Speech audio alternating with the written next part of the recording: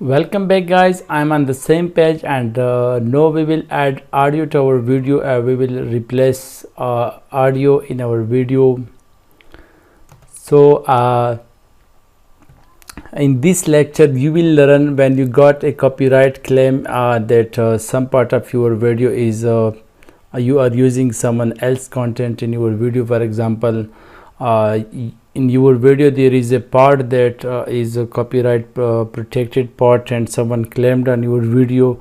So how you will be able to remove that part, how you will be able to mute that part.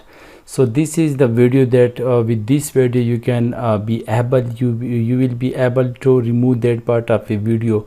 So this is a YouTube free music library. You can add any music for free. You can use all this music for free. You can download it, you can add to video, and if you know the name of that music, just simply search for that music here and you can find that music.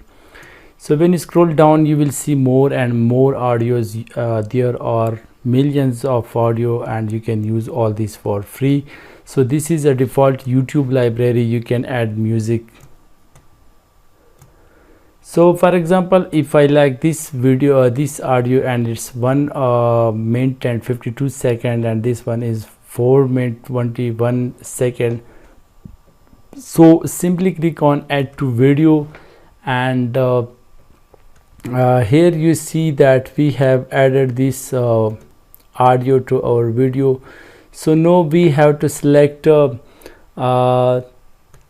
select the place where we want to mute that place, and we have to add this audio. For example, if you have a copyright claim from